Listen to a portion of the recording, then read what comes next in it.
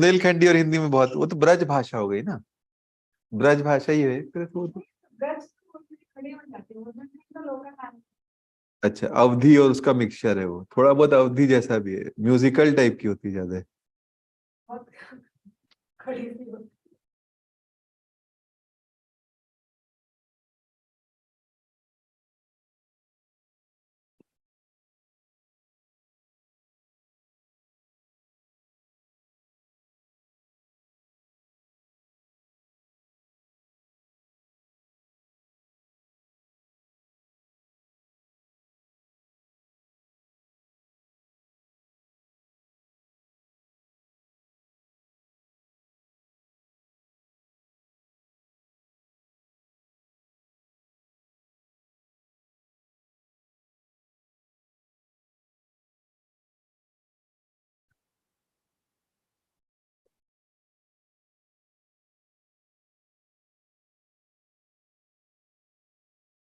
Okay, so good afternoon, everybody, and we'll be talking about a very interesting theme today. And we are starting the journal club, which will be on a monthly basis to cover the key aspects of pediatric endocrinology, especially the research part.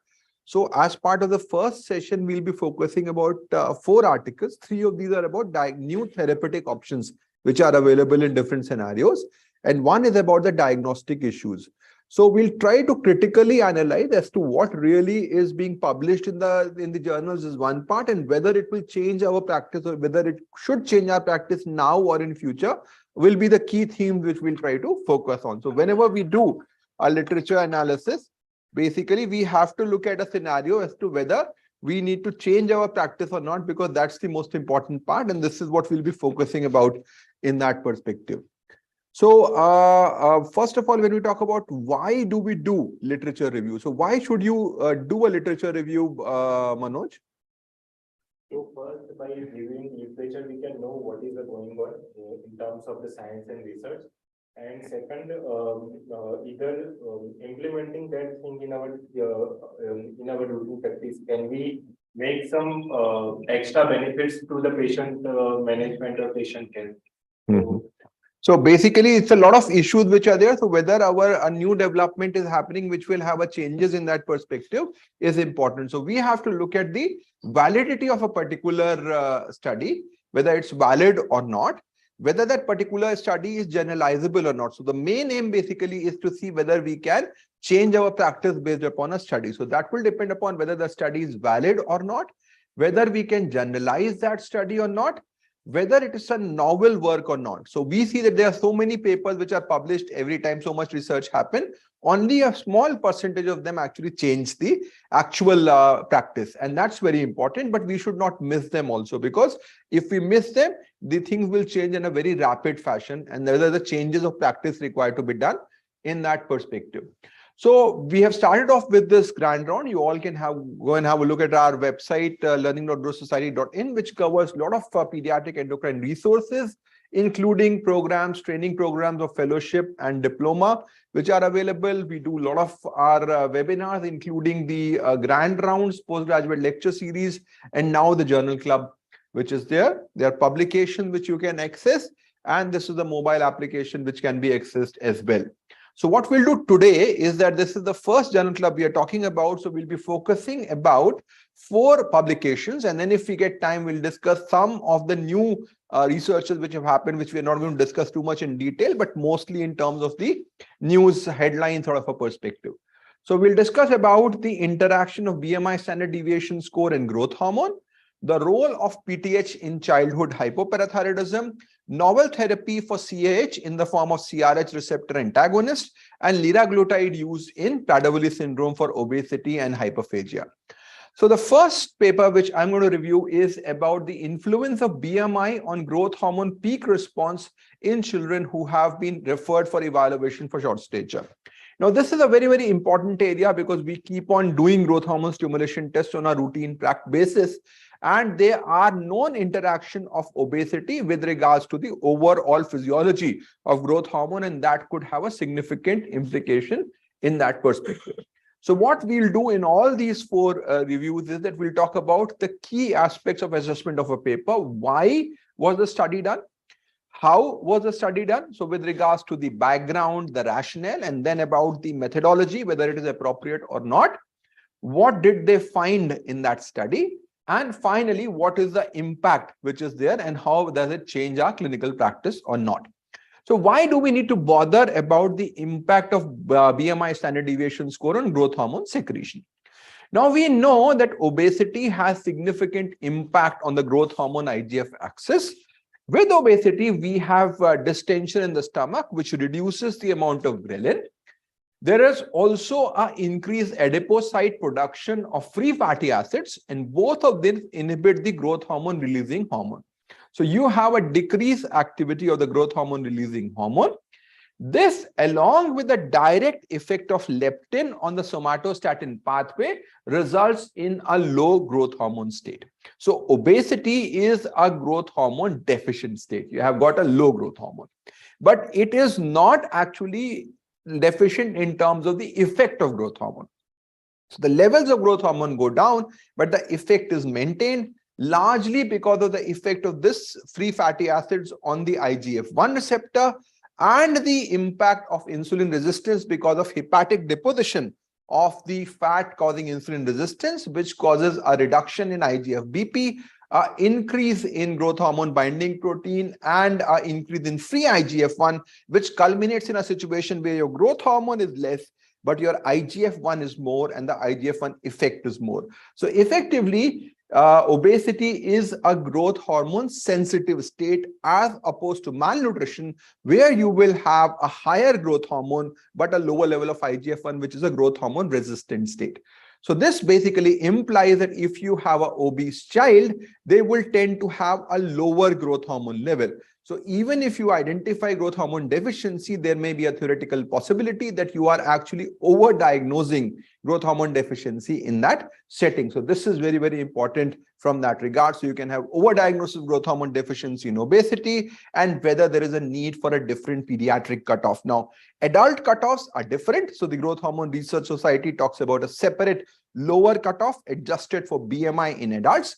We don't have any such recommendation in children. So this becomes very, very relevant, whether when we have an obese child who undergoes a growth hormone testing, whether we should use a different cutoff or not becomes relevant in that regards.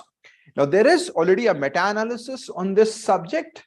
Abavi et al. Actually looked at the various papers, and what they try to do is to have different levels of cutoffs for different levels of obesity. So what they are saying is that for roughly, you can say that for each category, there is a difference of approximately 1 to 1.5 score in that perspective. So instead of using the cutoff of 7, when you want to use a cutoff of 7, in obesity, they say use a cutoff of 6. So you decline it by 1. If you talk about partial GHD and complete GHD from the GRS, from the Pediatric Endocrine Society guideline, that's 5 and 10, it becomes 8.6 and 4.3. So what they have tried to say is that if you're using 5, 7, and 10 as a criteria for growth hormone deficiency across board, you should lower that to 4.3, 6, and 9 for obese individuals. And for overweight also, it is somewhere in between. So they're talking about a dose response curve with regards to the growth hormone level with level of obesity. Now, this, of course, is a good approach, but the problem here is that when you talk about obesity, there may be +2 standard deviation score or a +4 standard deviation score. So clubbing everybody in a same group may not be appropriate. So what will be more appropriate is to have a specific correction factor, that if your BMI standard deviation score goes up by this much, you decrease your growth hormone by that. So this will make a much more sense. But this really gives us an idea that if you are going across obesity category, you should use a lower cutoff of growth hormone in that regards. And they have advised for these particular equivalent recommendations. So 20 becomes 17.3, 10 becomes 8.6, 7 becomes 6, and 5 becomes 4.3. So this is a sort of a gradient which they have advised. So their main message is that you will firstly diagnose normal growth hormone sufficient individuals as growth hormone deficient if they are obese, and you don't use these correction factors, and that becomes important. So what this study basically looked at was, this was a retrospective study. So of course, we don't expect this to be a prospective study. So they had a lot of data about growth hormone stimulation, which was done. So there were approximately 1100 children and 1600 tests which were done, and they had criteria for exclusion. So inclusion criteria was basically somebody who underwent a growth hormone stimulation test. So they were individuals who were short, and then they had underwent either arginine or a glucagon test. Their primary test was usually arginine, and secondary confirmation test was glucagon. Now, individual, of course, who had a syndromic cause, chronic disease, or other parameters were excluded. And very importantly, anybody in which priming had been done was also excluded. I'll tell you about that, but the reason was that most of their individuals were young. So when we'll talk about the mean age, it was like 6. So 90% of them were actually prepubertal and very, very young. So their priming becomes not very important. So what they try to do is that since most of them had not had priming, it may cause more confusion, and that's why they avoided the concept of priming in that regards. So the final data is of around 1,000 children and around 1,400 tests which were done. And out of these, 970 underwent arginine. So as I said, their primary test was arginine. So most of them had the arginine test, and the confirmatory test was more of glucagon. So probably we are looking at arginine as a more important figure as compared to glucagon, because that was the primary test that they were looking at. Now, this is the baseline characteristics, and to look at the primary things, the age was around 7. So these were young individuals generally. They had a growth hormone peak of around 8.77. So what it means is that a good number of individuals were actually not growth hormone deficient. So they had a mix of deficiency as well as sufficiency. So this is important. So when you decide about your study and whether this is applicable to you or not, you need to know out of 100 children whom I send for growth hormone stimulation, how many are actually positive. So what they are saying is approximately 30-40% were positive. So they were doing with a lower index of suspicion. So somebody who is in, sometimes we tend to be very, very restrictive in terms of control, then we will actually be doing it only in those where the likelihood will be more. So they use a height of 10 centile. So remember, many of these mild cases may also be there in this picture. The mean height SDS was minus 2.48. Now, if you look at our testing, most patients will be below minus 3, because generally we don't do much below between minus 2 to minus 2. These were, many of them were mild, which was reflected by the fact that a lot of them were normal. So more than 50% were normal. Now, very importantly, more patients were actually normal weight or overweight. Now, if you look at only approximately obesity overweight percentage was very, very low, around 2.5%. So actually they did not have a significant proportion with obesity. So this could be a question when we talk about validation of these results. They did not have very many patients who were obese. So the basic question is, which may actually reflect the type of growth failure. When we see growth failure, we often say, okay, short and plump, but whether they are actually obese, they are not usually obese. They will be normal weight in most of these scenarios. So this is an important point to remember. So a younger age group, individuals who had a good number of patients who are not actually growth hormone deficient, a reasonable height, but not very compromised height, a large of them being underweight. Now, what they found. So this is basically a univariate correlation with corrected for many other parameters. What they see is that this is the growth hormone maximum level, and this is the BMI standard deviation score on the x-axis. And we can see that there is a clear-cut inverse association we are seeing. So if your BMI SDS is more, your growth hormone level tends to be on the lower side. And this was true for both the arginine test as well as the glucagon test. Now, this was corrected for multiple parameters like age, gender, pubertal status. So which basically means is that one-on-one, not only in the direct sense, but when you're correcting for other parameters, you have got a good negative association between growth hormone maximum and BMI standard deviation score. So obese children tend to have a lower peak growth hormone level. This is what they are telling us from that perspective. Now, what it is again, this is basically based upon the univariate and multivariate. So multivariate, we can see the beta value is minus 1.15. So it is significant from that perspective. And what they found was that there was a clear-cut association in terms of growth hormone maximum and BMI when you're correcting it for age, for gender, and the type of test. So basically, it's an important thing which persisted from that regards. Now, what they did was that they tried to see whether, okay, arginine and glucagon, do they behave differently? They did not find. For the same, the results were the same. And as I said, arginine probably were the primary test. So they were the ones in which they were more likely to have, less likely to have deficiency, while glucagon was the secondary. So these were only people who were actually having low levels. Do you get the point? So their first test was arginine. If the arginine was normal, they said, okay, this is not GHD. But if arginine was abnormal, they will then go to glucagon. So glucagon was more severe individuals, but both of them, this persisted. So there was a correlation, and they both have them a same effect of BMI SDS on GH, and glucagon levels were higher compared to arginine. Now, this is important. We know very well that all these stimulation tests are not the same. So what they found that on an average, the glucagon levels were too higher as compared to arginine. So this, they have said that, okay, whether we need to increase the cutoff, but this study is not powered good enough to do that, but we need to be careful. So you can't say that your clonidine 6 is equal to a insulin 6. So glucagon does tend to have a better response. So that's why we have to be cautious in that regards. Now, they also looked at pubertal, which was only 88 individuals. So only 10% were really pubertal. And they found was that there was no difference in the effect of BMI SDS. In fact, pubertal individual, the effect was more.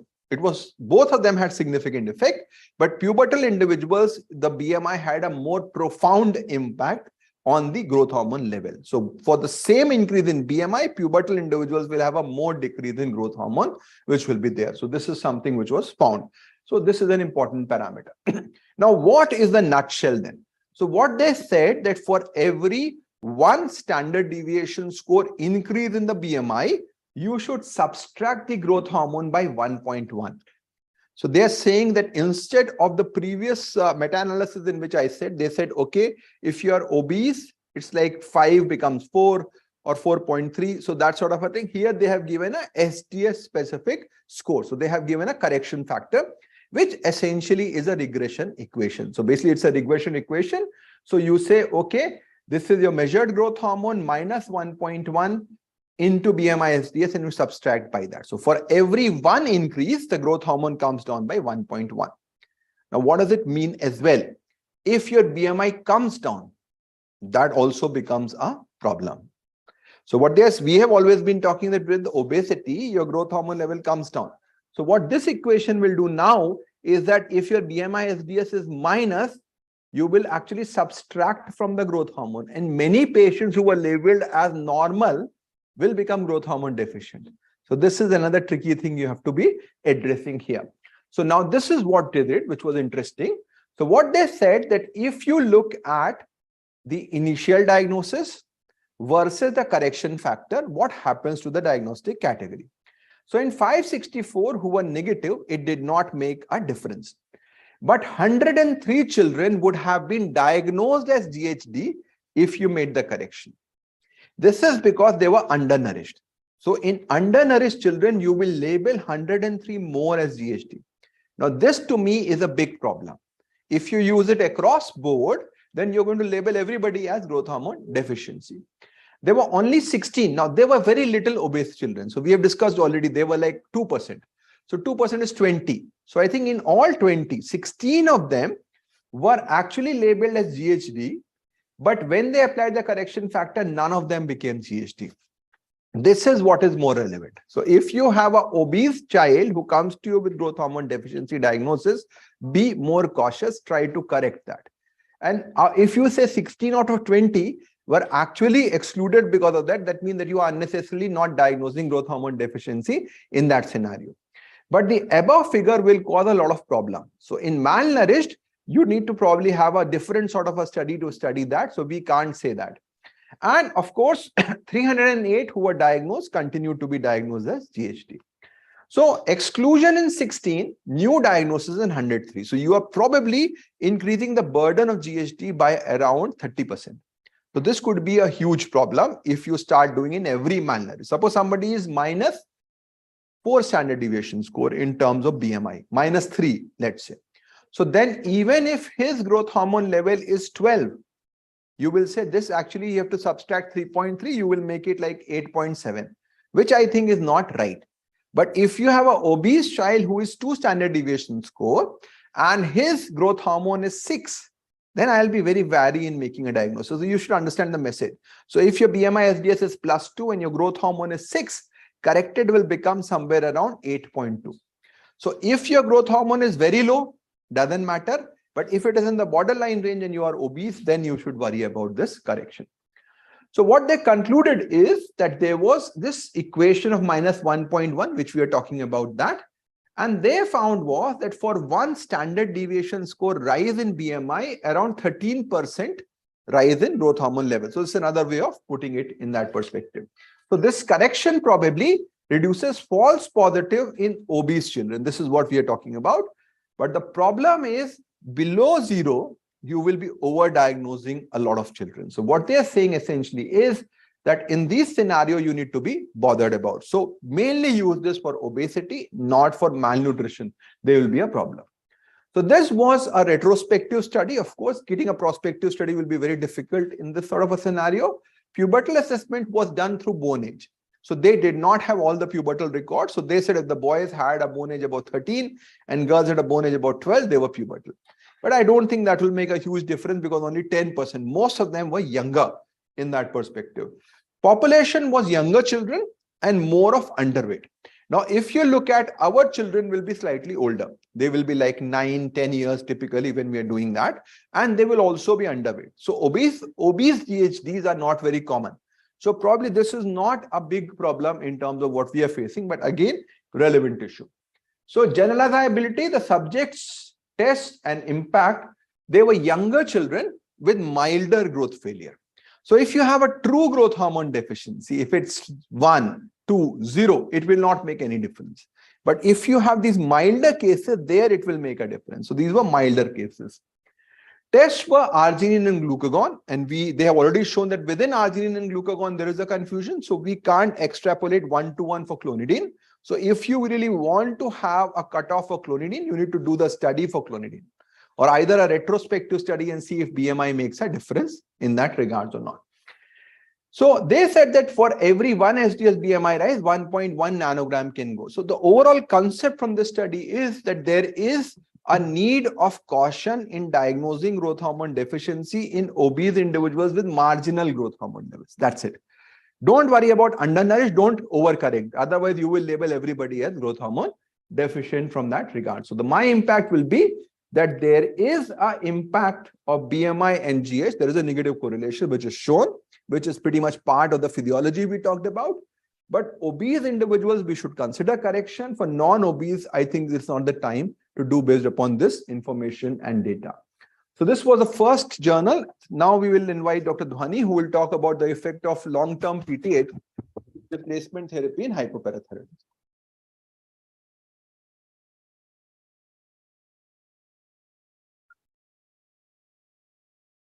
Good evening, everybody. Let me also take this opportunity to wish you all a very happy New Year and happy Makar Sankranti. So coming on to the case, long-term parathyroid hormone replacement therapy in children with hypoparathyroidism. This is a study from, so why was the study done? Hypoparathyroidism remains among the few classic hormonal insufficiencies where replacement therapy remains widely unavailable. These children require multiple high doses of calcium and calcitriol, which predispose to nephrocalcinosis. And to avoid hypercalciuria-induced renal damage, the dose of calcitriol must be adjusted to maintain serum calcium at just the lowest tolerated level. Also, inadequate control is achieved in those with genetic etiologies like APS1, where patients have intermittent malabsorption, or in those with calcium receptor mutation, where high urinary calcium losses are present despite low serum calcium. So how was this study done? This was an observational study done at NIH Clinical Center, Bethesda, Maryland. It included all children with hypoparathyroidism due to APS or calcium sensing receptor defect who were genetically confirmed. So the study subjects, the final cohort was about 14 children. At the onset of study, these children were admitted for a period of 1 week where baseline evaluation was done. conventional therapy that the children were originally on was discontinued, and they were started on twice daily PTH injections subcutaneously. The study cohort was followed up 6 monthly, and at follow-up, again, there was review of interim history, physical examination, and the baseline study was repeated. As a part of baseline evaluation, height was measured as a mean of 3 readings by Harpenden stadiometer. Bone density was measured with DEXA, and bone density was measured annually. 3 days baseline and follow-up, that is 3 days initially at the first IPD visit, and subsequently at follow-up with pre-PTH injection, serum values of calcium, magnesium, and phosphate, and 24-hour urine estimation of the same electrolytes was done. Additionally, bone turnover markers, ALP, urine pyridinoline, and deoxypyridinoline was done.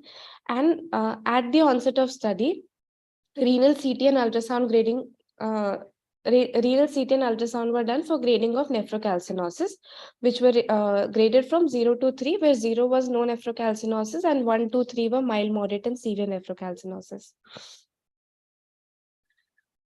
Injection parathyroid hormone was initiated at 0.5 mics per kg per day in 2 divided doses. During this therapy, magnesium supplements were continued. However, calcium and calcitriol was stopped for all except one child who also had malabsorption and required oral calcium supplementation.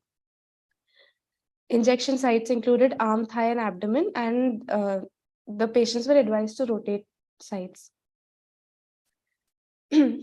As for the analysis, sex and pubertal status specific bone mineral content and aerial bone mineral density velocity Z scores adjusted for baseline age, height, weight, and similarly for interval weight and height were generated from the BMDCS, and predictions were based upon generalized mixed effect models. Longitudinal trajectories for each outcome measures were estimated using linear mixed model approach. The time of study was divided as first year of treatment and 1 to 10 years of treatment. And then the urine creatinine clearance was adjusted for. So before you go into what they found, what will be your, what will make you happy as a patient with hypoparathyroidism? Suppose somebody says a new treatment has come up, what will be most important for you? So as we know that they've included APS1 and calcium sensing receptor, in these children, it is very difficult to maintain a normal serum calcium levels. And we know that despite multiple doses and with transient illness, their requirement will shoot up. So I would want their serum calcium level to you want go in. Stability. Yes, a stability in serum calcium. The complication to be less. That's a normal scenario. Anybody would like the levels to be controlled. So when you say diabetes, you want the HbA1c normal and no complications. Yes. So here, the levels will be calcium. And urine excretion. Second would be with regards to the urinary hypercalciuria. Yes. Now, the other issue, of course, here in this scenario is, what about the medication? You think medications also is an issue? I'm sorry, I don't understand. So how many medications the patient has to take? Yes. I think that could also be an issue. Yes. So if you can cut down on the number of, because sometimes they tend to need up to 10 tablets of calcium, or 12 tablets. So that becomes a bit of a problem. So if you can simplify the regimen, and if you are able to get more children in the normal range, yes, without causing hypercalciuria and nephrocalcinosis, is what basically we are looking at in that regard.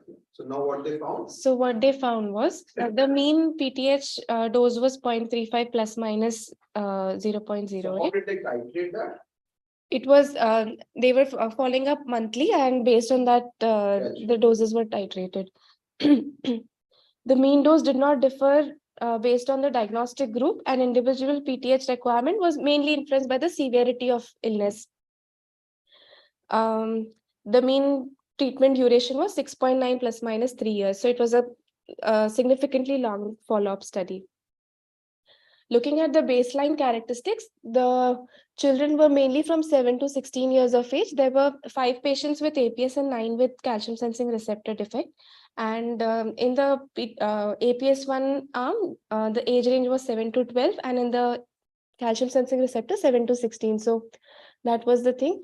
All the patients at the start of this study were on calcitriol with calcium, except patient I, who was an alpha calcidiol. Which doesn't. And yeah. So what is the management difference between calcium sensing receptor defect and APS1? Management difference. Yeah. So what is your target calcium level, or what is the risk you're looking at? In calcium sensing receptor, we tolerate a lower. You Uh, want a lower level. Because yes. if you develop hypercalcemia, even if the calcium becomes Low. normal. So the risk of hypercalcemia, hypercalciuria is maximum for the calcium sensing receptor. Yes. So they will be the most likely to benefit from a therapy which prevents hypercalciuria. Yes. Now, the reason why PTH treatment will reduce hypercalciuria is the PTH direct effect on the urinary calcium reabsorption. Now, APS1, again, the issue is that there is huge variability because of the absorption issue. Sometimes they will need less, sometimes they will need more. So this is more for stability purposes. Yes. So they have not included any other congenital forms of hypoparathyroidism, no Digeorge syndrome, no HDR, so no syndromic causes have not been included. Because of this, they want two groups which are most likely to benefit. Yes. So when you are using an intervention, choose those who are most likely to benefit. Suppose you are treating growth hormone treatment, you will use the most severely effective rather than the mild effective. So here you are using calcium sensing receptor defect because there you can see the difference in hypercalciuria. You're using APS1 because there are a lot of fluctuations and now the levels will be normal. And the urine RFTs were normal at baseline in all the subjects, and nephrocalcinosis was present in all subjects at start of study. So this is a big message that everybody, even at a younger age of 6 years, 5 years, 7 years, they already had nephrocalcinosis, which means that this is a very inevitable problem which will happen in hypoparathyroidism, that they will develop nephrocalcinosis. So this is the linear growth in bone mineral accrual velocity. So it was found that the height velocities were normal for age in all the study subjects. Even the bone mineral density seen for the whole body, lumbar spine, total hip and femoral neck was pretty much in the normal range. Only the radius, distal 1/3 of radius bone mineral density was slightly in the lower range, which subsequently improved in the 3 to 5 years of therapy. So why do you think hypoparathyroidism will have a low bone mineral density? Hypoparathyroidism is a state of like hypocalcemia. So if you correct your calcium, do you think you will still have low bone mineral density? yes. So theoretically, PTH may have an impact in terms of bone formation. So that's what they're trying to look at it. But what you are seeing is that it doesn't have a huge difference. So even with hypoparathyroidism, if your calcium is all right, you don't have a low bone mineral density, except for the radius bone. So what type of bone is there in the radius region, Manoj? Like continuously growing. Which type of bone? Trabecular. Trabecular bone, you will see more rapid changes. Trabecular bone is more metabolically active. So there you will have an impact quicker. But overall, somebody like they had a disease long enough to cause nephrocalcinosis. This was not long enough to cause osteoporosis from that perspective. So which means that you don't need to bother much about bone mass in hypoparathyroidism. Yes. What about hyperpara? Hyperpara will also have a very high bone turnover and the bone mass will be less. So if you're giving PTH in overdose, you may actually cause loss of bone. So they are looking at both perspectives, whether the bone is being lost also, because you may be giving supraphysiological PTH. So that does not also happen. So from both angles, this becomes relevant. So looking at the bone turnover markers, again, as we can see, the mean calcium level was within the normal range. It was lower for calcium sensing receptor and mean phosphorus. So that would probably be on purpose that they are keeping the calcium sensing receptor on a lower level of calcium. This is what they are trying to achieve on that. Now, key parameter is urinary calcium. Now, this is interesting. What you are saying is that despite having a lower calcium, the calcium sensing receptor defect individuals have a higher urinary calcium. They have for the same level, they have more hypercalciuria. The other parameters are, I'm not too much concerned about that. Mainly, I'm looking at urinary calcium, which is higher, and serum calcium, which is lower in the setting of individuals who have basically the calcium sensing receptor defect. Looking at the impact on serum calcium at at the onset of study, looking at the baseline parameters, which were almost comparable for APS1 and calcium sensing receptor. There were some about 10% of children in the high category, maximum in the normal, and about 20% to 20% of the APS1 and 40% of calcium sensing receptor in the lower side. Do you think there is an error in the way they have decided the cutoff?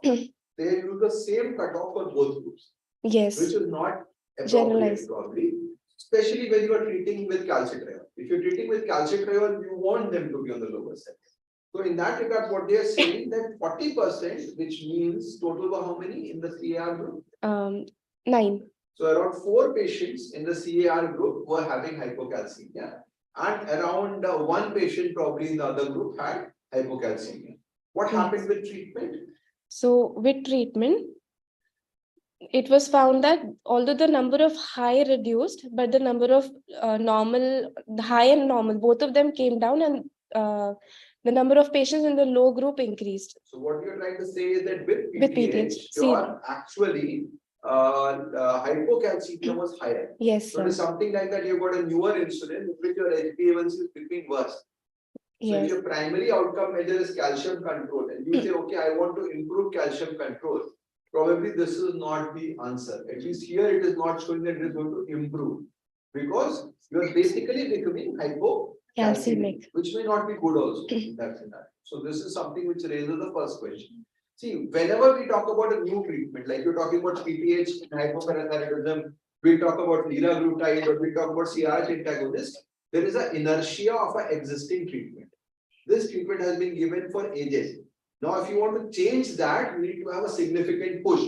So the new treatment has to be very beneficial for people to change their pattern. Yes. So if you are saying actually the calcium will go down, I will be very uncomfortable with that. Next. Yeah. Looking at the impact on urine calcium excretion, it was at baseline, it was predominantly in the high range, most of our patients in the high range, and with the intervention, there was a significant improvement seen in urine calcium excretion, with about improvement in 2 patients per diagnostic this group. is showing is that from the hypercalciuric range, the number of patients shifted to the normal range. Yes. But what you are basically doing is that you have shifted the calcium to the left. Yes. Your calcium has come down. So if your calcium comes down, hypercalciuria will come down. I would be happy if your calcium remained normal at least. It did not come down, and your hypercalciuria came down. And despite that, what we are seeing around 40% those with the PAR defect and 20% in the other categories still had hypercalciuria. Yes. So this is not a very impressive result. So if you had down titrated your results with calcium and calcitriol, you would have achieved the same finding. Yes. So you are shifting your calcium curve to the left at the cost of causing hypocalcemia. Still, the benefit of hypercalciuria is not remarkable. So this again for a new therapy is disappointing. Looking at the calcium phosphorus product, the mean was 41 plus minus 8, and the target is usually at less than 55 to prevent risk of renal calcification. And it also did not, the product also did not correlate with 24-hour calcium excretion in this study. So this basically says that there is a less risk of hypercalciuria. Yes. So it's something like that. You can say, okay, I'm maintaining the sugars at a higher side so that hypoglycemia is there. So it is something like that. Calcium phosphorus, that this is what deposited in the bone or what? No. Is most important. So ultimately, there will be the kidney will be the most important part. So what basically, as I said, the analogy is that you're giving a new insulin preparation, which is causing less hypoglycemia, but the sugars are high. You're shifting the curve to the right, so your hypoglycemia is less. You are making them hypocalcemic, and then they have hypocalciuria. So that is not an ideal way of going forward. So in the renal results, the creatinine clearance remained pretty much in the normal range. There was no change on the renal functions. Nephrocalcinosis was present in all at baseline, although not as a part of study. 12 out of 14 patients underwent repeat renal scans for nephrocalcinosis, of which 5 showed progression.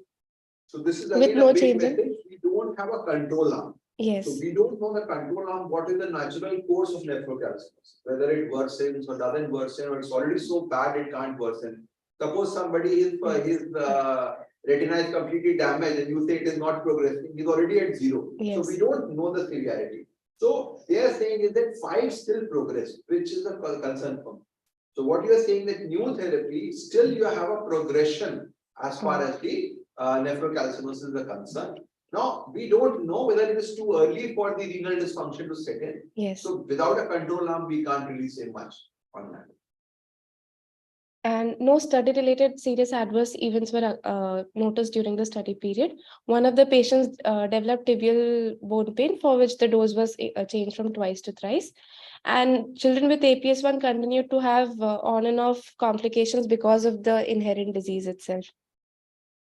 So in the conclusion of study, PTH given twice or thrice daily subcutaneous injection was found to be safe with a normal linear growth, bone accrual and kidney function, and normal or slightly below normal serum calcium values in nearly all measurements. Nephrocalcinosis was present at baseline. I've already highlighted this part. And it progressed in 5 out of 12 who underwent repeat renal imaging, which highlights the difficulty in normalizing calcium homeostasis with twice or thrice daily injection. Although PTH during the study were consistent with prior studies, which have shown treatment of genetic hypothyroidism requires higher dose, whether administered twice or by pump, compared with treatment of post-surgical hypoparathyroidism, and no long-term adverse effects were noticed. So,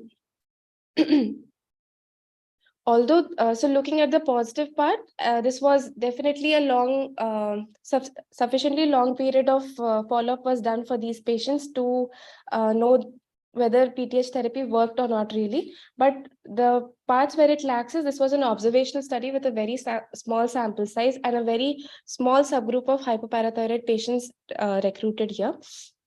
What can help here, what can help better is an RCT comparing the original therapy that we're already giving calcitriol plus calcium versus an injectable parathyroid hormone therapy and a longer follow-up. And the values were again in mean, which may not be most valid for small sample sizes, and a median would have probably given better idea. Multiple PTH injections are pharmacologic replacement, but not physiologic. So in short-term studies, continuous delivery by insulin, continuous delivery like by an insulin pump have shown to produce more physiologic calcium profiles and reduce the need for magnesium supplementation and overall PTH dose requirement.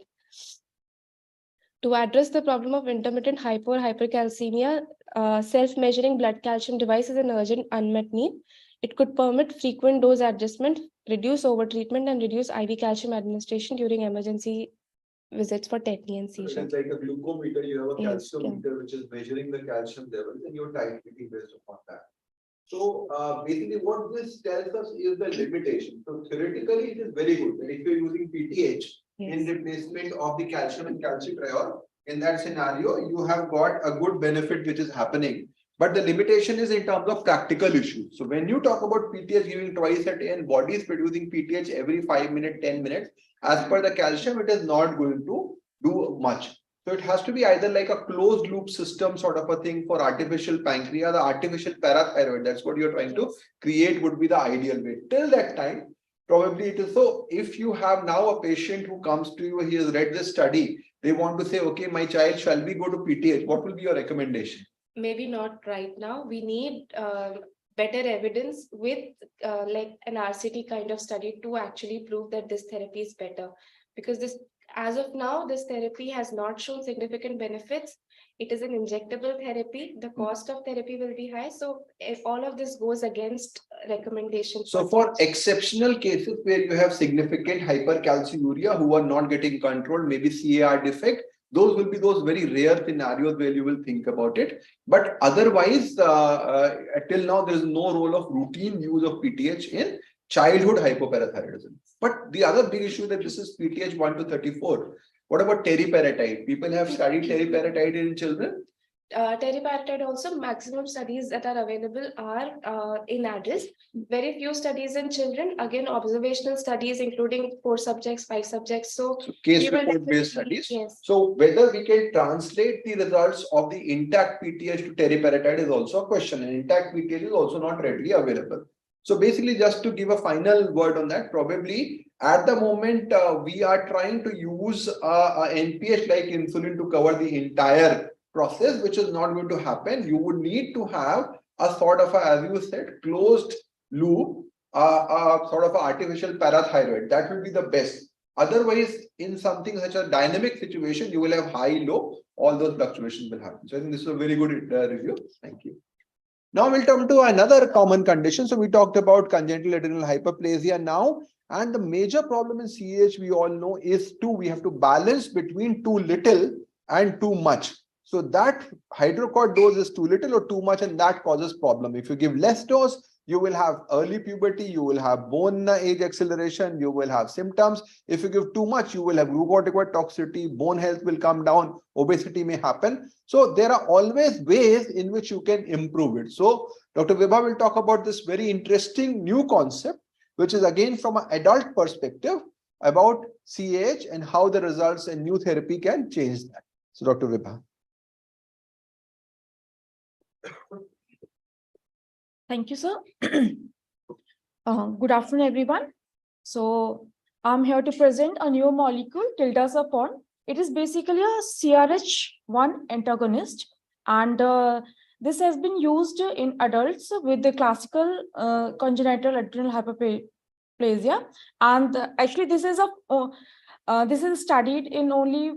This is only in a phase 2 trial, and it's the studies are still going on this molecule. Basically, why do we need this molecule? This is important because we still have a hydrocortisone and fluorocortisone for the treatment of congenital adrenal hyperplasia. But as sir has just mentioned, in some patients the requirement goes high, like in puberty adolescents, when the requirement of hydrocort goes high, and we really need supraphysiological doses to suppress the excess androgens. And in that cases, the role of this CRH antagonists come into place. So the main story behind the development of this molecule was to reduce the excess androgen production, and which will help us in the reduction of the glucocorticoid dose. So this was the main reason for the development of this molecule. And as we all know, the side effects of this higher doses of the glucocorticoids, and they are the higher doses causes the stunted growth in the child. They causes type 2 diabetes mellitus. They cause obesity, osteoporosis, gastric ulcers, and they cause cardiometabolic diseases. So in this condition, this molecule has really a great potential. We all know that the 21-hydroxylase deficiency, the main management that we do is we give hydrocortisone and fluorocortisone to do the replacement. But we have other options to manage these conditions, like as we have modified release of hydrocortisone. What are these? The tablet comes in 2 layers that causes the sustained release of the hydrocortisone, and that maintains the level of hydrocortisone in the blood. Another option is the aromatase inhibitor. The bones of the CH patients is already advanced, and they are more likely to fuse soon in the early childhood. So the aromatase inhibitor, what they do, they give some time to the bones to grow and give some time to gain height. And when we start the treatment in CH, in the boys, the testosterone level goes and it triggers the central precocious puberty. So the role of GnRH analog comes here. And now the main hero of this story comes the CRH receptor antagonist, that is the tildacerfont, which blocks the CRH receptor and it reduces the excess androgen production. So why do you need a higher dose in CAH compared to adrenal insufficiency? So because we have to suppress the excess androgen production, and in What is adrenal, the target ACTH in primary adrenal insufficiency? sir, in primary adrenal insufficiency target ACTH is around 2 to times 3 the upper limit. upper But limit. if you allow that sort of a ACTH in CAH, lot of these unrequired compounds will also be produced. So that's why you need to have a Higher dose. And what is the usual difference in terms of the percentage or the amount of dose?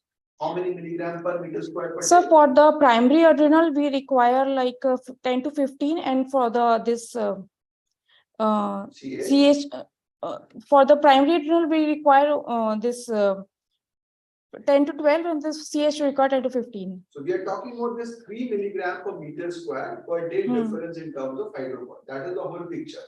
So for that, we are doing a new treatment. So this is something we need to understand why we are thinking of that. The other option which people said, as you said, is remove the adrenals. Remove the This adrenal is adrenals. not doing any good. Let's remove the adrenals also. Yeah. There is another option, Arbitron. It is a 17-hydroxylase inhibitor. What it does, it blocks the androgen and the cortisol pathway, and it increases this mineralocorticoid pathway. But in this CH, the mineralocorticoid pathway is also blocked, so it will help the suppression of this excess androgen. And the newer compound is nivalimab. It is basically a cortisol synthesis inhibitor, and it will inhibit the steroidogenesis process overall. So these are the treatment options that we can use in the CH patients. So now coming to what is tildacerfont is, it is basically a selective non-steroidogenic oral compound. It is a second generation compound, and it basically reduces the overproduction of the androgens. It is given at night before the dinner, because if it is given along with the fatty food, it increases its absorption. So coming to the study, what study is and how what were the patients, what were the subjects involved? It was basically a open label phase 2 trial, and it was performed in the multicenter. The aim of the study was to assess the safety and efficacy of the tildacerfont in the adult CH patients. And they included all the patients who were diagnosed with CH greater than 18 years, male and the female, whose 17-OHP were greater than 800 nanogram per dl, and who were on a stable regimen of glucocorticoids for greater than or equal to 30 days. And they excluded the patients who were pregnant women, nursing women, and who had previous bilateral adrenalectomy, who had psychiatric disorders within 6 months, who were taking rosiglitazone or any strong CYP3A4 inhibitor.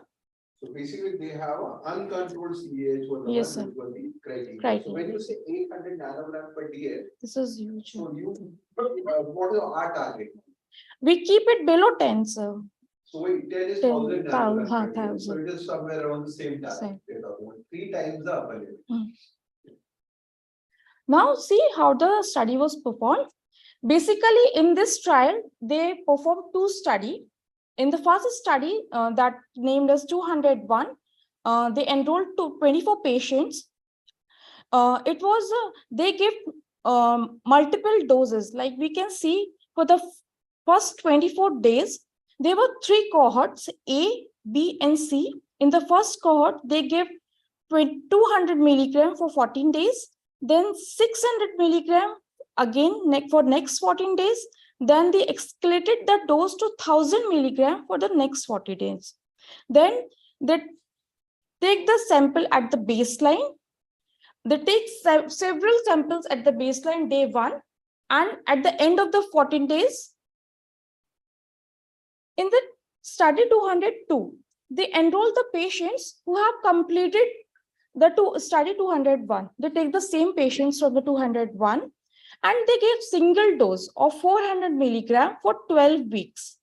And this is basically a drug finding trial. trials. So we are trying to understand there is a new therapy available, but this is not the final trial. This is more of a dose finding. Dose finding.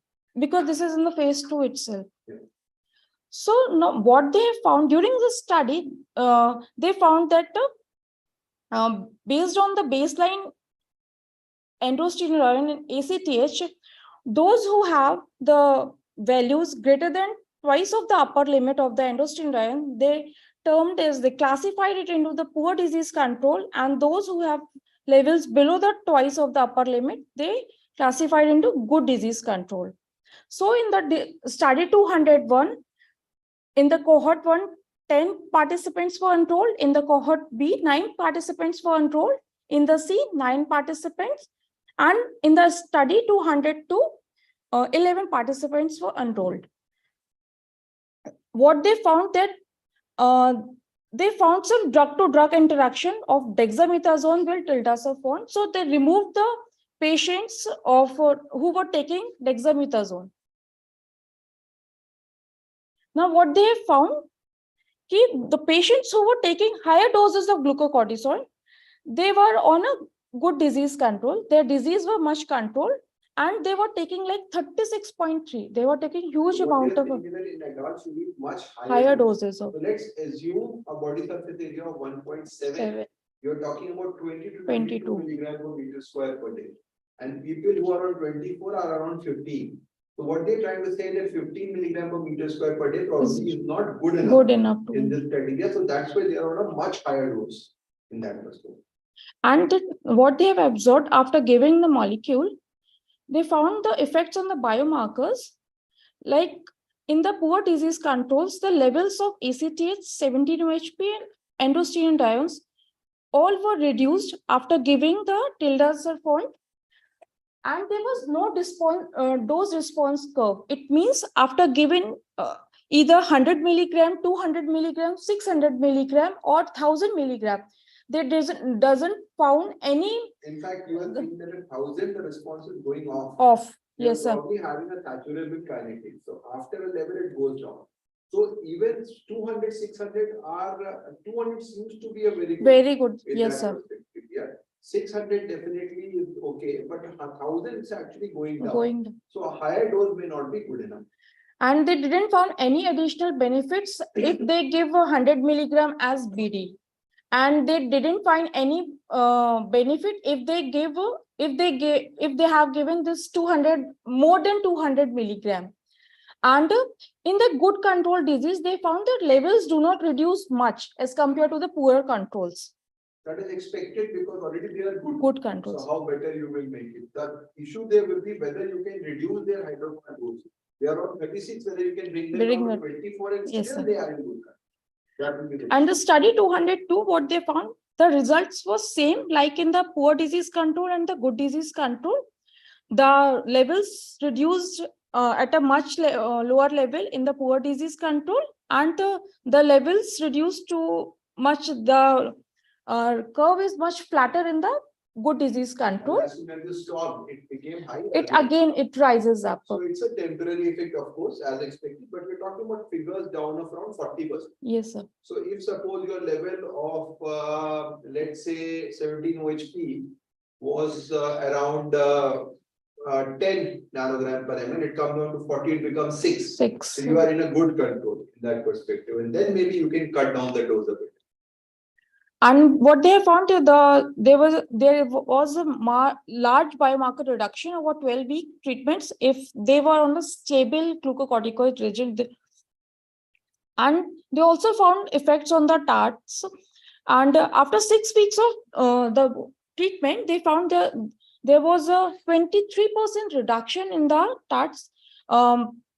The size reduced from 1.43 centimeters to 1.28 centimeters. This is a very clever way of putting it, because you expect a better benefit in TART, because this is directly mediated by ACTH. If you are blocking ACTH production, of course, TART will come down. But the other overall control that is happening or not, they haven't mentioned. There were no side effects mentioned, observed in the study. And they concluded the study as it is a well tolerated and a safe study. And the mean levels of ACTH, 17 OHP, and androstenedione were reduced in the poor disease control patients. And in the study 202, they concluded it as the continued reduction could be achieved with the long-term therapy, like for the more than 12 weeks. So the impact of the study is like there is definitely a need of treatment options in CH because of the side effects of the supraphysiological doses in the patients. But the drawback of the study is like they have used a very small sample size, like 11 and 24, and they haven't followed it up for a long time. They have just a follow-up of 12 weeks, and they haven't mentioned about the clinical outcome of the drug. What will affect, whether it will affect on the bone health, or whether it will on the metabolic outcome. Not to be too early. Too So early. what they have said is that lower dose is reasonable, and probably 400 milligram is what they want to continue for a long time. That was the main aim. It is too early to comment about everything. So probably at this point of time, you cannot say that there is a need for change that, but there is a new drug which is available. It will take long time to get into that perspective. So we have discussed about three very interesting papers. Now we'll talk about another one.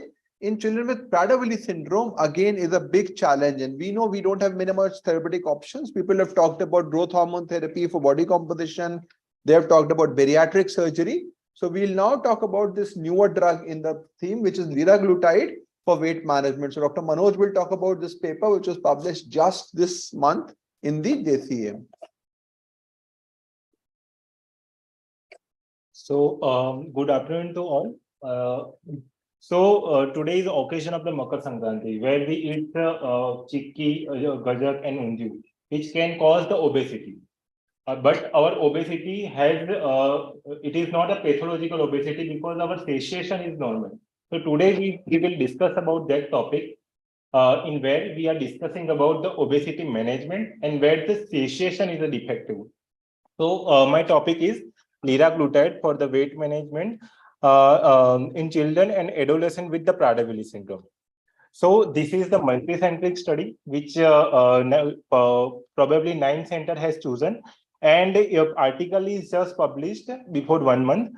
So now I have divided my presentation into the objectives, methodology, result, and what could be the clinical implementation in our clinic. So what are the objectives?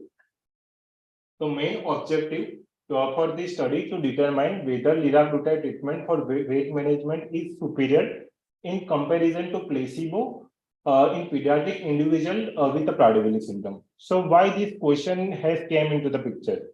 Because Prader-Willi syndrome is a syndrome which caused by the genetic imprinting disorder, and here management of the obesity is very crucial because it is the only cause of the mortality and morbidity.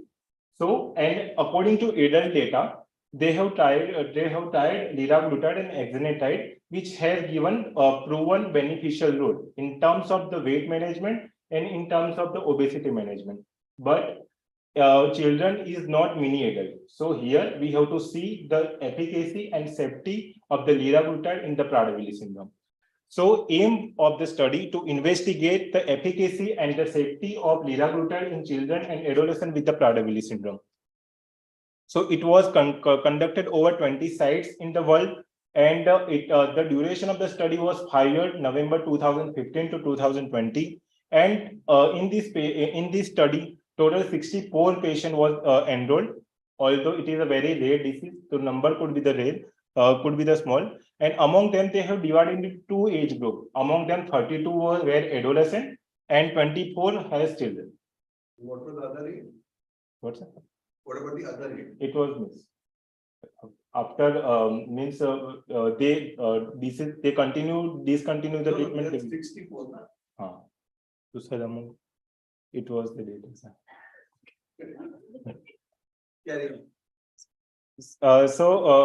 Before going towards study, I would like to elaborate something about the Prader-Willi syndrome and the weight management and what are the clinical therapeutical option for the management. So Prader-Willi syndrome is a genetically imprinting condition which caused by the paternal imprinting defect in the 15th chromosome, where the hyperphagia is the most common, and it follows the particular trend. In the neonatal and infancy period, the child may have the failure to thrive due to the hypotonia and due to the excessive vomiting. After the infancy, it can cause the opposite symptoms, like child may have the hyperphagia and obesity, and it can cause the diabetes, cardiovascular system, and many other problems. And why this problem occur? Because there is a association of the hypothalamus in this obesity. So there is a hypothalamic obesity where the satiation center is defective. And with this factor, associated growth hormone ECTA deficiency also cause obesity more. So here, the patient may have the satiation problem. So prevention of the obesity, like simple measurement like weight and physical activities, it is not only can cause the prevention of the obesity, but here the implantation of the pharmacological agent like a GLP-1 analogs is very important. In previous two journal study that we that discussed by my two colleagues, where the particular therapy was available, but here for the prevention of the obesity rather than the growth hormone, there is no any established study was there. So here it is very important to introduce a new therapy. So what was the study design? The type was study, it was a randomized controlled trial. It was double blinded for up to the 16 week. So what is the double blinded means? Population and analyzer researcher don't know what group, what treatment is going, and it is an open label after 16 week to 52 week. And the study design, it was conducted for the 52 week, and it was a randomized placebo controlled parallel group trial. So what are the inclusion criteria? So they have divided into two age group. So one age group was the adolescent, age of 12 to 18 years, and second age group was the children of the 6 to 12 year who has the Prader-Willi and without the Prader-Willi syndrome. Among them, BMI should be the more than 30 kilogram per meter square, and there should be no weight fluctuation within 90 days. So these are the inclusion criteria. And what are the exclusion criteria? In any proven type 1 and type 2 diabetes, they have excluded because the role of beneficial role of the GLP-1 analogs is already proven. Secondary thing, they have excluded adrenal insufficiency and history of risk factor of the gastroparesis. So why these two factors has excluded? Because adrenal insufficiency caused hypoglycemia. Plus GLP-1 analogs also cause hypoglycemia. So it can cause side effects. So this has excluded. But secondary, why they have excluded gastroparesis? Because Prader-Willi syndrome has a clinical characteristic of the binge eating with the less pain threshold. So if the child has eaten more, and if gastritis and something happen, then that children don't have any sensation for that. Plus GLP-1 analogs exactly working like this. So to reduce the side effect, these two criteria has excluded. And what are the treatment intervention they have done? So both group have received all lifestyle modification program in form of the diet and physical activity program. And after that, for the 2 week, they have received all this diet and physical activity program. After that, they randomize in the liraglutide and the placebo group. So what are the two groups? In both two groups, they have given 16-week placebo with the treatment, and afterwards, they have continued treatment in the Prader-Willi. In the control group, they have there was no treatment was given after that. And what was the dose of the liraglutide? It was starting dose was 0.6 milligram, and they reach up to the maximum 2.4 milligram in the adolescent, and injection was given daily, subcutaneous, and they have titrated dose according to the target level. And what was the study design? Here, if we see so they have taken 38 number of patients. After that, they have in the exposed group, which has taken the liraglutide, number was 20, and in the placebo, the number was 12. After the 52 week of the trial, among them, they have only 17 patient was eligible for the post baseline evaluation in the liraglutide group, and the control group, the number was 9. So similarly, at the end of the children age group, the number of patients at the end of study is 15 and 7. So for adolescent, you had a bigger loss, attrition. The children had a similar loss. So what are the outcome they have seen? So what are they have decided two endpoint. Primary endpoint was if the liraglutide has a positive effect on the BMI change or not. And at the baseline, they have measured any biochemical parameter like fasting lipid profile and glycemic parameter to exclude for the exclusion. And the secondary outcome, what they have seen the safety of the liraglutide in the children. So they have seen the number of the adverse effect and hypoglycemic episode, if it is affecting the mental status, or if it is preventing the hyperglycemia. So there was the primary outcome, and the secondary outcome was the safety endpoint. So this is the result that I would like to say. This is the baseline data. Here the age group is similar, and the BMI here in the placebo group for the adolescent, it was a 40. So it was higher, but it was not statistically that significant. Otherwise, the glycemic parameter in both groups were similar. Just hold on. So you had go back. So your BMI was pretty high, above 35, but placebo in the children group had a BMI of 30.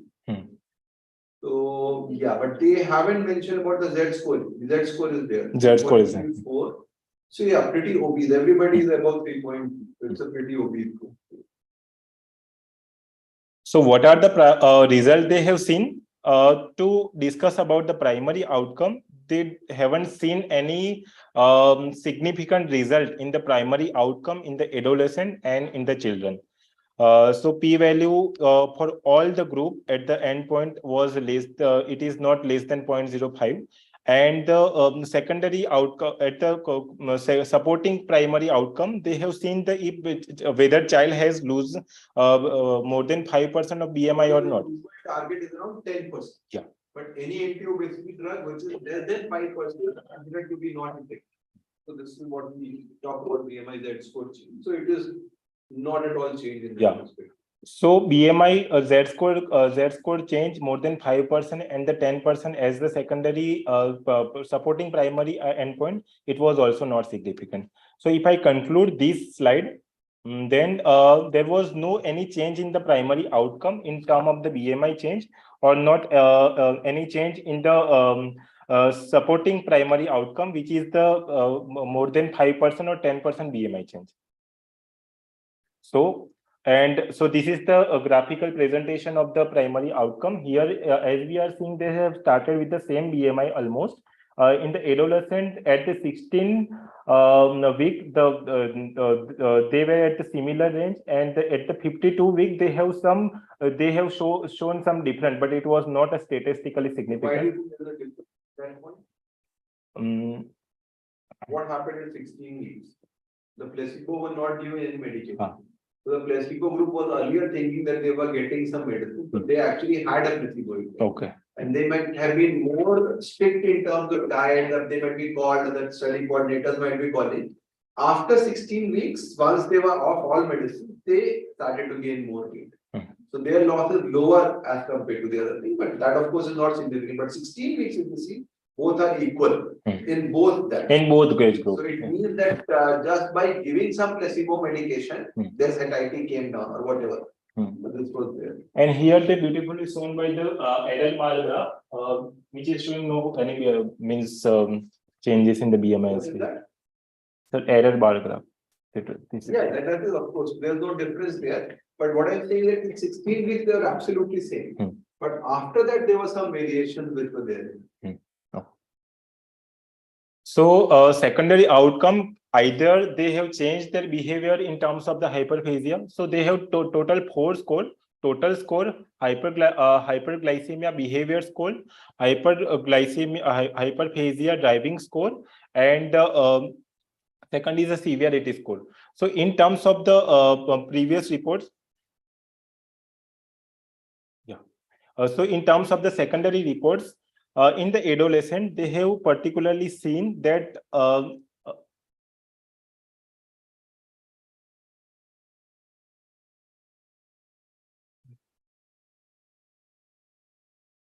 Moving forward.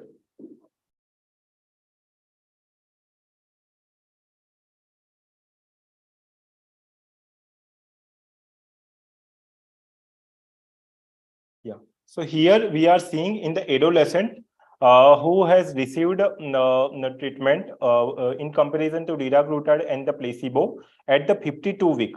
The hyperphagia total score was in minus 4.97. It was statistically significant in this case. Otherwise, the every hyperphagia behavior score and the hyperphagia severity score was normal. Again, in So theoretically, some hyperphagia was reduced, but that did not translate in terms of the BMI loss because you are not bothered about whether they are hyperphagic or not. Whether the BMI is coming down is what you do. And again, they have shown some significant difference in the hyperphagia drive score in adolescent patient, not in the children. So again, the primary endpoint of the obesity was not changed, but just the severe, this score has changed. And what are the questionnaires they have taken into account?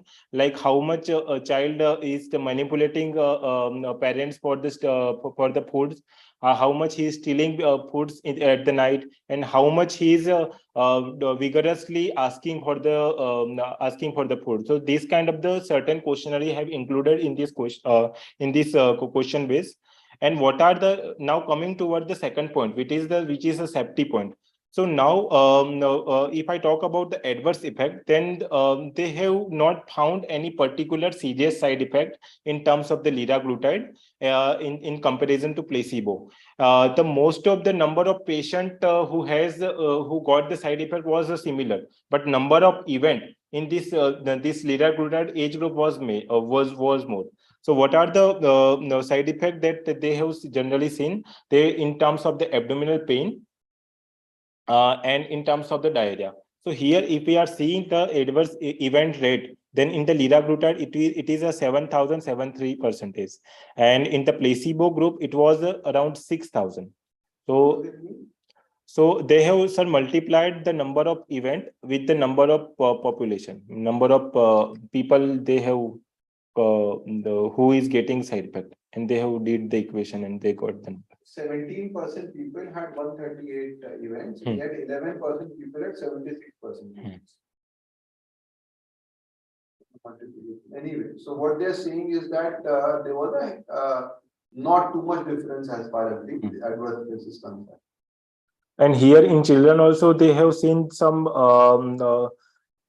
adverse effect in terms of the glutathione, but it was not a serious side effect. It was restricted in terms of the mainly constipation, diarrhea, and abdominal pain.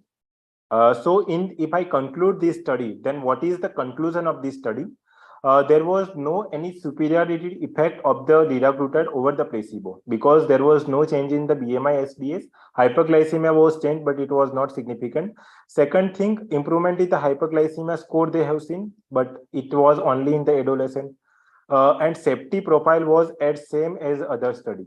So here also safety is not main concern, but effect on the BMI was not that much.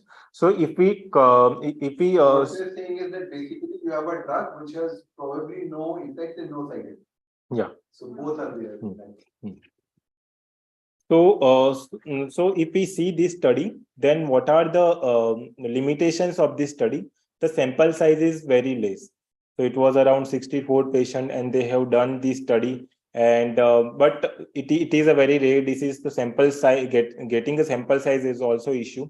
Secondary thing, they have mentioned that they have to do the hormonal assessment like a leptin level, granin level, that should be done. But here the point is that means all hormones is working for the management of the obesity. If it is not changed, if it is leptin is high or leptin is low, doesn't matter. They might show that leptin has gone down or ghrelin has gone down, but that will not make a difference from a practical perspective. You're right. Yes. So this is the issue. And third thing, blinding that they have after 16 week it was open label. So blinding should be done at until the 52. It won't make a difference. If you're finding a difference, then you can say, okay, blinding could make a difference. But if there's no difference, it means that there is no benefit of blinding itself. So with no blinding, you will overestimate the benefit. That's what I'm trying to say. Okay. So what should be done in the specifically Prader-Willi syndrome to prevent the obesity? Because here established treatment is not there. We are just giving the growth hormone for the management of the obesity, and it can redistribute the fat proposition. So here definitive agent should be must introduce, but this is not a liraglutide according to this study, because it is a very expensive. Children needs to take injection, and according to this study, it is not giving any beneficial role. So no, the introduction of the new agent will be must, and if we do further study, then we need to take the larger sample, and we need to see the complication. And the body fat distribution also we have to take into the consideration, like the BIA, DEXA scan, or and all. Because if it is fat is also going down, then also we will be happy. So rather than leptinoghrelin, this will be Yeah. the factor on that. So what is the role of the further study in this age group? Because the Prader-Willi is a complex situation. It is not like a normal obesity that we can do normal early state and it can cause the obesity prevention. It is a very complex situation, and where here only liraglutide or only GLP-1 analogs will not work. We have to combine 2 to 3 agents, because it is a genetic study. Previously, they have done this. It was a proven role of the liraglutide and exenatide in the adult, in the type 2 diabetes. But for the children, it is again a question. So we have to give a combination of the 2 to 3 drug, and we have to do a study, and then we have to come into the conclusion.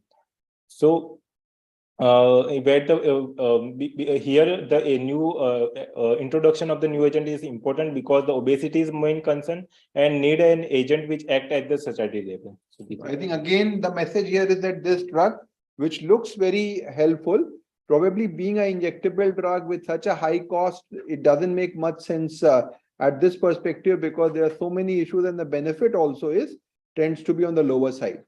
So I think at that point of time, we will end this session, and we'll see if there are any questions, answers which are there.